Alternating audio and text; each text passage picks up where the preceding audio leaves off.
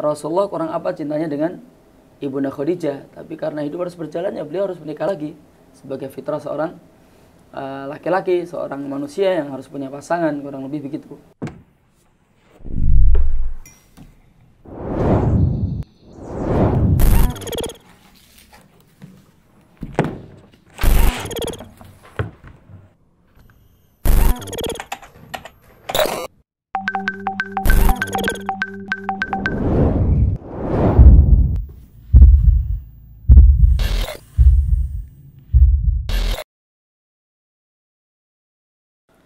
Assalamualaikum warahmatullahi wabarakatuh.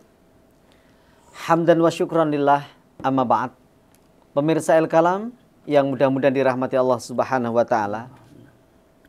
Hadir di redaksi kami pertanyaan, Ustadz, bagaimana cara melupakan mantan suami istri yang pergi meninggalkan kita? Nah, suami atau istri tentunya ini pertanyaannya ya. Nah, ini disambung. Bagaimana cara melupakan mantan suami atau mantan istri yang pergi meninggalkan kita? Bagaimana cara saya diberikan kekuatan dan langkah apa yang harus saya ambil? Bagaimana saya harus bersabar? Jadi kasusnya tentunya suami atau istri yang tidak bisa move on karena ditinggal pasangannya. Masya Allah. Selalu teringat dan teringat terus. Baik, hadir di tengah-tengah kita para asatidz El-Kalam yang akan memberikan pencerahan kepada kita semua. Fadhal, Ustaz. Baik, terkait masalah hal ini pemirsa El-Kalam, kita kudu paham konsep takdir ya. Memang kematian, pertemuan dan lain sebagainya itu semua takdir. Dan ada sebuah pepatah Arab mengatakan dalam sebuah bait syair, "Thamaniyatun tajri 'alan nasi kullihim wa la budda lil insani ayyalqa thamaniyah." Sururun. Jadi ada 8 hal yang pasti berlaku atas semua umat manusia. Dan semua umat manusia harus mendapatkan 8 hal itu. Sururun, kebahagiaan. Wa huznun, kesedihan. Wa usrun, masa sulit. Wa yusrun, masa mudah. Wajtima'un, pertemuan. Wa furqatun, perpisahan. Wa sukmun, sakit. Wa afiatun, dan masa sehat. Jadi itu salah satu dari 8 hal itu. Pasti akan, kalau ada pertemuan pasti ada perpisahan. Dalam hal ini untuk mereka yang sudah ditinggalkan pasangannya meninggal duluan begitu, nah ya mau nggak mau hidup ini harus berjalan. Nah, hidup ini harus berjalan dan harus menuju Allah, menuju surga, kurang lebih begitu. Rasulullah kurang apa cintanya dengan Ibunda Khadijah, tapi karena hidup harus berjalan ya beliau harus menikah lagi sebagai fitrah seorang laki-laki, seorang manusia yang harus punya pasangan, kurang lebih begitu. Nah, dan dalam hal ini kenangan itu nggak harus dilupakan. Kenapa harus dilupakan? Kalau itu hal-hal yang baik, justru harus kita mengenangnya. Bahkan sekedar contoh kecil aja dari Rasulullah SAW ketika Fatu Mekah, pembebasan kota suci Mekah. Berarti itu kan itu tahun 10 Hijriah. Ibunda kita Khadijah meninggal tahun 10 kenabian. Berarti sudah 13 tahun, bayangkan. Sudah lama sekali. Nah, karena dakwah di Makkah ini kan 13 tahun. Nah, singkat cerita ketika Fatu Makkah itu Rasulullah ketemu nenek-nenek tua, mungkin sekitar usianya 80-an tahun. Tiba-tiba Rasulullah turun dari tunggangannya, entah onta, entah kuda, terus jubahnya digelar, Masya Allah, di tanah. Bayangkan ketika Fatu Makkah, pembebasan kota suci Makkah, berarti Nabi sangat sibuk, Ustaz. Banyak delegasi harus ketemu orang. Itu sempat-sempatnya turun dari tunggangannya, gelar jubahnya itu, terus nenek-nenek tadi duduk situ. Terus Rasulullah duduk di tanah. Terus ngobrol panjang gitu. Sampai ibunda kita yang lain, yaitu Ibunda Aisyah radhiyallahu anha itu cemburu.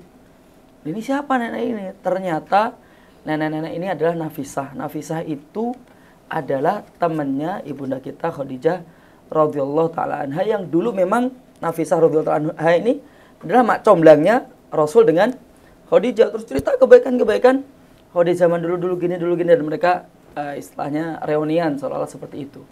Menerima kenyataan tersebut yaitu bahwa kita ditinggalkan oleh pasangan kita lebih awal itu adalah karena takdir Allah Subhanahu wa taala. Kita harus beriman bahwa semua yang terjadi itu atas izin dan atas kehendak Allah Subhanahu wa ta'ala sebagai ujian kita. Ya, sebagai ujian kita. Dan tentunya di dalam menguji kita itu Allah Subhanahu wa ta'ala juga tidak akan menguji dengan ujian yang sekiranya tidak mampu kita tuntaskan, tidak mampu kita selesaikan. Dan bahwa kehidupan ini memang berupa serangkaian kegiatan-kegiatan, serangkaian aktivitas di dalam menyelesaikan setiap ujian dan cobaan.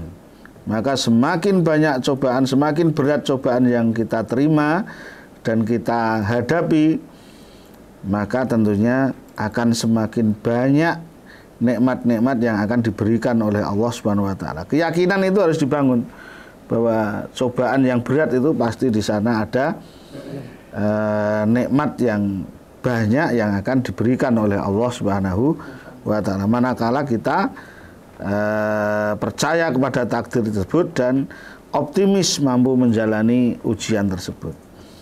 Kemudian yang kedua adalah karena ini masalah psikologis, maka biarkanlah diri kita ya ketika mengingat masa-masa itu, ketika merasa duka yang mendalam ya, kita salurkan saja perasaan duka itu.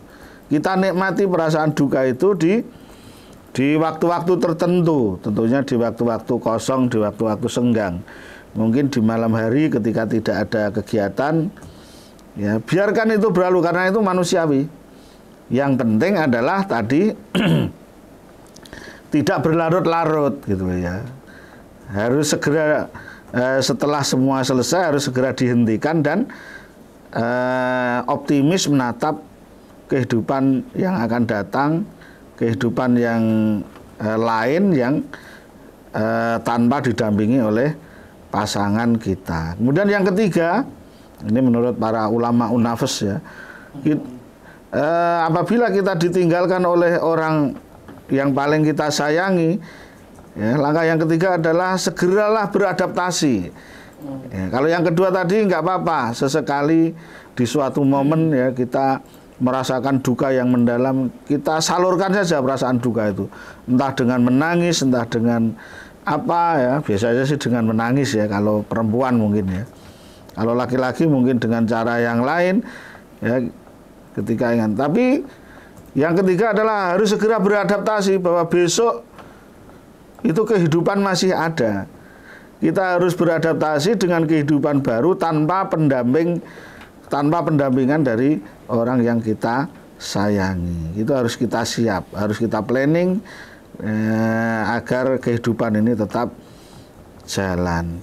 Kemudian yang kelima adalah yang keempat adalah harus tetap fokus dan positive thinking atau husnudzon kepada Allah Subhanahu wa taala bahwa nanti pun di suatu saat Allah akan memberikan gantinya, ganti yang lebih baik. Jadi harus tetap husnudzon. Tidak boleh kita menyalah-nyalahkan takdir, apalagi menyalahkan Allah Subhanahu wa taala. Dan yang terakhir, yang kelima adalah tetap bersosialisasi. Untuk menghilangkan rasa duka itu harus tetap bersosialisasi, minta dukungan orang-orang terdekat. Ya, jangan sedih itu dibawa sendiri, tapi bisa curhat, bisa minta dukungan kepada orang-orang terdekat, orang-orang yang terpercaya, agar beban tersebut terasa lebih ringan. Mudah-mudahan perasaan sedih, perasaan berat, perasaan sakit yang dialami itu akan berbuah pengampunan atas dosa-dosa kita.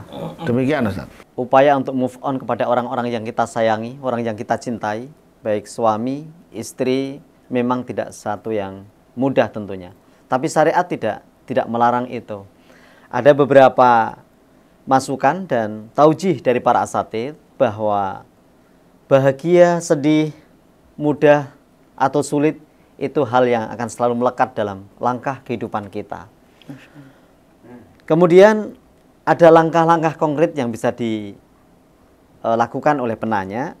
Ya, tadi Ustadz Parman eh, memberikan taujih, menerima kenyataan bahwa ini adalah takdir yang sudah digariskan oleh Allah Subhanahu wa taala, ya. Dan hidup itu akan mendapatkan ujian, baik yang membahagiakan, yang menyedihkan, semua itu ujian yang harus kita lalui. Semakin tinggi ujian itu, maka semakin takwa yang diharapkan dari kita. Dan ini hal yang sifatnya psikologis, ya. Jadi tidak masalah, yang penting tadi tetap fokus kepada masa yang akan datang. Kemudian segera adaptasi tanpa pendampingan baik dari suami maupun istri, tergantung yang meninggalkan kita, ya. Kemudian fokus ya, husnudon, positive thinking bahwa Allah akan mengganti yang terbaik. Masya Allah, Ya. Masya Allah. Itu kemudian kita sosialisasi, artinya kita bisa curhat, bisa minta dukungan tentunya kepada orang-orang yang amanah, orang-orang yang terpercaya, ya. Ini langkah-langkah yang bisa kita lakukan dan tidak masalah. Bahkan memikirkan kebaikan suami, memikirkan kebaikan istri, itu menjadi support tersendiri untuk bisa kita contoh. Oh, suami dulu sering infak, sering zakat, sering ngajak ibadah, membangunkan sholat malam dan lain sebagainya. Kita ingat untuk mengambil pelajaran dari itu semua.